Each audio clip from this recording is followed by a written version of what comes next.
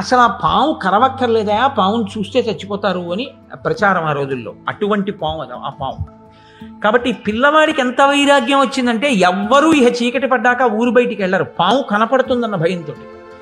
పిల్లవాడికి ఎంత వైరాగ్యం వచ్చిందంటే ఆ పాము కరిస్తే చచ్చిపోదామని వెళ్ళి ఆ పుట్ట దగ్గర కూర్చున్నాడు. ఆ పాము రాలేదు. వాడికి ఎంత చిరాకు వచ్చిందంటే ఇంకో పావు గంట పాము వచ్చే వరకు బతకడం వాడికి ఇష్టం లేదు. అందుకని వాడు ఏడుస్తూ చెయ్యి తీసి పుట్ట లోపలకంట పెట్టాడు. మోచెయ్యి వరకు వెళ్ళింది, చెయ్యి వెళ్ళలేదు, పాము కరవలేదు. వాడు ఏడుస్తున్నాడు. దేనికి ఏడుస్తున్నాడు? పాము కరవలేదని ఏడుస్తున్నాడు. పాము కరిచేస్తే బాగుండు, చచ్చిపోతానని చెప్పి చెయ్యి అందులో పెట్టుకుని ఏడుస్తూ కూర్చున్నాడు. బాగా చీకటి పడింది. అమ్మవారు బయటకు వచ్చింది.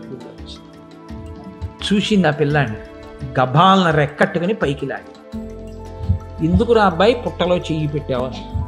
అమ్మే కదండి, ఏ పేరుతో ఉన్నా. ఇప్పుడు ఆ తల్లి అడిగింది, ఎందుకు ఏడుస్తున్నావురా అబ్బాయి నువ్వు, ఎందుకురా పుట్టలో చెయ్యి పెట్టావు?